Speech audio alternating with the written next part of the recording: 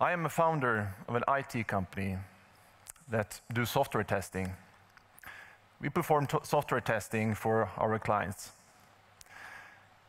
And I know that that doesn't sound that exciting, but what makes us a little bit more interesting is that we only employ people with Asperger syndrome.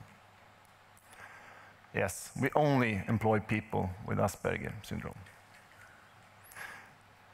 And why do we do that, you might ask? Well, there is one simple answer to that question, and that is that they do it better. They test software better than others. So it's easy for me.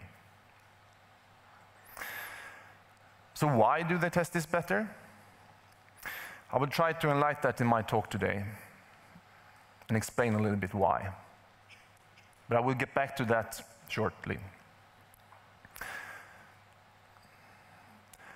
1% of the population is seen to be on the autism spectrum. 1 out of 100. And there's a lot of people here today, so maybe I have some potential employees here. But then you have to be unemployed. That's the criteria also. Asperger syndrome is the mildest form of autism. And people with Asperger syndrome often have difficulties to interact with other people and also communicate with other people. They find that very hard, and they can find it hard. And unfortunately, they also have difficulties to enter the ordinary job market and often be left outside the ordinary market. And that is, of course, a waste of talent, because they have a set of unique skills that can be taken advantage of.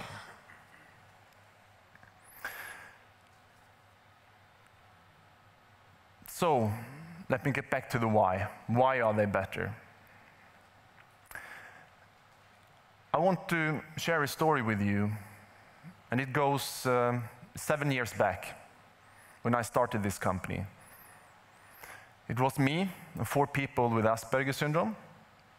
We were going to help a client of ours to test complicated software. Actually, it was our first client, a big telco company that believed in our idea. And we sat in the offices of our client, and we were given a big project room. Well, not that big actually, it was 6 times 4 meters. So, but in this project room you could take notes, you could write on the walls. And so we did, because we were going to learn complicated software that we were going to test. So going along, we took notes, wrote down what we learned, and after a while those walls was covered with notes, of course. And after a while, I also noticed that one of the guys with Asperger syndrome, he got very tired. So during breaks, he would lay down on the floor and had a sleep. He took a nap. And this was new to me, because I haven't been in that situation before. So I asked him, is there something wrong? I see that you get very tired. And he said, yes, there is something wrong, because I can't stop reading those notes. I read them all the time. Every minute, every hour, and every day, constantly, I read those notes on the wall. And that makes my brain overloaded. And of course, so we took care of that, of course. We erased the notes and created an environment that he could function in. And we learned the software and tested. And the client was happy. Thank God for that. But why am I telling this story is because I also entered the same room at the same time as he did, and I did not get tired. I don't have Asperger syndrome, but he got awfully tired, as I said. And because I have a filter that many of us do, because when I entered that room after a while, I didn't notice those notes on the wall. So So they were just there to me. But to him, it was not. He couldn't block them out. He lacked the filter that we all other have.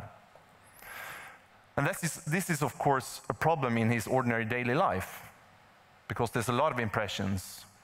For example, taking the bus, doing normal stuff, makes many people exhausted. But it also can be a really great advantage.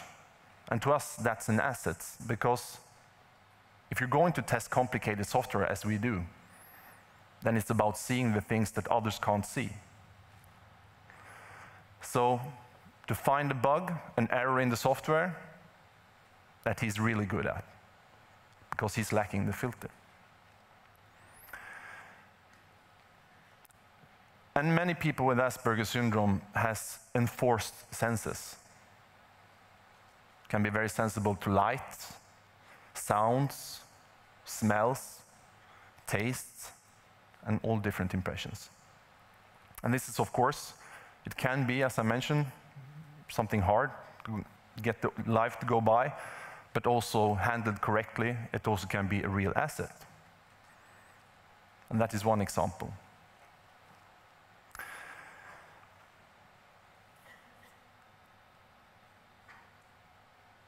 People with Asperger also have a tendency to use the left side of the brain a little bit more. And on the left side, well, we have the logical thinking, the analytical thinking, and also the details, the ability to see details. And this is also, as I mentioned, something that is highly valuable in the area that we operate in. So if we could create an environment to take advantage of this, that is, of course, an asset. But it also is part of, I think, why they have difficulties to interact with other people, the social interaction with other people.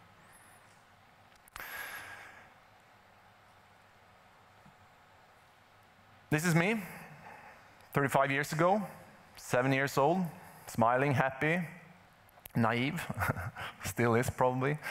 As I mentioned, I don't have Asperger syndrome, but when I was a little kid, and still is actually, I was quite fascinated of how easily I could remember things that I was interested in. And that was the case. When I was 7 years old, I was really interested in ice hockey.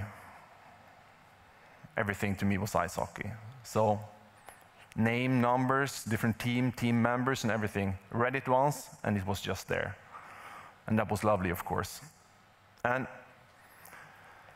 grammar, well, English grammar, as you might notice today, was nothing that I was so interested in. So, well, it didn't come that easy. And I think most people can reflect to that, because if you're interested in things, it's much more easier, of course, to learn a certain stuff. And people with Asperger syndrome often have a tendency to have a narrow interest. They like to dig down into and really get into the depth on. And if you could take that interest part of your company, like we have done, all the employees in our company, they are interested in IT. Of course. So, interest is also extremely important. Also an asset to our company, but also something that people with Asperger syndrome is good at.